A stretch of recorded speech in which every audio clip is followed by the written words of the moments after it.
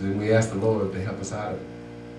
But we need to think about the situation before we get into it. We should pray about the situation before we get into it. And the Lord will guide us through it.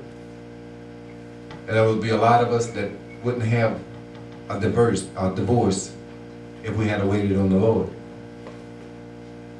There was a lot of us that wouldn't be in situations that we're in if we had waited on the Lord and we had prayed about it. Because the Lord would have said yea or nay. We go through things in our lives by just doing it. We're not supposed to. We're supposed to pray. And if we talk every day to the Lord, He will help us. He will guide us through it. The same way He guided Samson. Even though Samson didn't do what he was supposed to do, the Lord was there. Am I right? Y'all knew the story when he told the lady, if you bind me with these, I lose my strength. Now, any fool would have known that he was in enemy territory. And they wanted him for setting the fields on fire. You remember? He got mad because the father gave his wife to somebody else.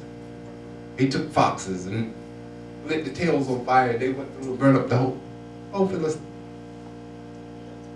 Boy, I tell you, we do things and don't think. And then we married to one of his woman, and then yet we didn't get the woman, we go and get another one. We didn't pray about it, did we, Bruce? So we should suffer the consequences. The vow that we make with God, we make the vow with God when we enter into a marriage contract. Are we right? Am I right? Now when you make a vow, you have to answer to that. So I would suggest don't make us a vow that you cannot do. And we're not able to do anything without God's help. We made that vow, Bruce. We made a vow, and you stick with Brother Dave through thick and thin. Yeah, I guess I have to. We have to do that. She's going to take care of her part. She'll beat him up. She'll tie his hair. And see, after he told her these reeds, if you bind me with these new reeds, green reeds, I will not have my strength. And after she did that, she said, the Philistines is upon you. And then he wiped them out. Here you go, get away. Goes back again. And the fool says, I'm going to get caught eventually. Right? You play with fire, you're going to get burnt. Second time, he says, well, if you put some spider webs in my hair and braid my hair, and she said, the Philippines is upon you. Break and get away again. You see what I mean? And then she really laid on it. When Brenda wants something she put your head in her lap, huh? She rubbed his head. Bruce, I want this. And Bruce will go get it. And that's what Samson did. Samson told her what was his weakness. He says, a razor shall not touch my hair because I am a Nazarite, and I will lose my strength. I will lose my closeness with the Lord. And there he goes. She cut his hair. Who's cutting your hair? What I mean, what I mean is who's cutting your hair, but who's guiding you down the wrong path? You see what I mean? Metaphorical speaking. I'm saying, so who cut your hair? Who's taking you down the wrong path? Your devil, that's his job, to take you down the wrong path. So you can't blame nobody because you choose to go down the wrong path, right? So the Philistines take it. They bind him. Just like sin. Sword. After they bind him, what did they do? They blinded him. Same way as sin. Oh, this won't hurt. Just a little bit. just a little bit of this, huh? You hear people say, oh, this won't hurt. Just take a little toke. Then the little toke, then you after a while, you stand out there in front of everybody, don't care. You follow me? Then the next thing, you're homeless and everything because it has taken away everything around you. And nobody wants you around because you steal everything just to take care of the habit. I've seen mothers don't want the son in the house. I can't trust him. The daughter, I cannot trust him. The Bible tells us a good name is better than anything in the world. Timothy, he says, I know what's in you.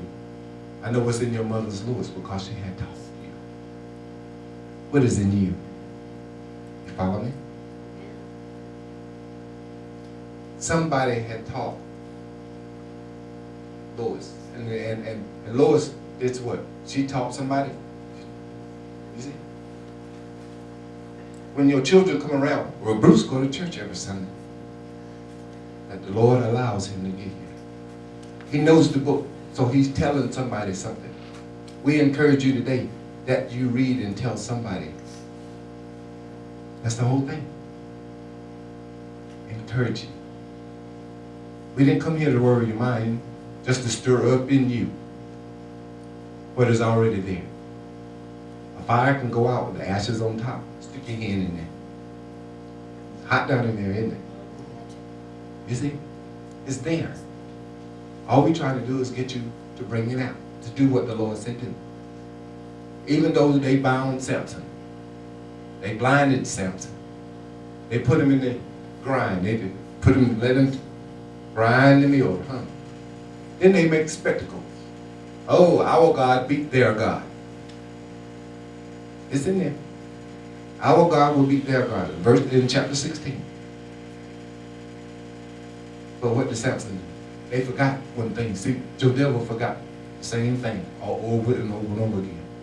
He forget who Jesus is. He forget who God is. When he says, I'll be like God, God out of heaven, just that quick. And when the Philistine got Samson, they forgot about his hair. Oh, he's blind and we can work him like a dog. Oh, we can make a spectacle out of him. We can mark him. Wasn't paying attention to what was going on. Are y'all with me? Amen. When we get out there and sin and we get so deep in sin, we don't pay attention to what's happening. We don't pay attention. But oh, one day we wish we had paid attention. Let's do it, pay attention now before it's too late. Samson said to us, he says, let me feel the two pillars that holds this Colosseum, that holds everybody down, that holds up everything. Y'all know how it was built. They had many, but there was two main structures that held up the building. And it was arm length wide. And so the little boy that was leading them out, Samson said, lead me to those pillars, that I may just rest on them. But he had talked to the Lord. Even though that we sin, the Lord is still there if we just talk to him. He's there to welcome you back with open arms at all times. He says, if you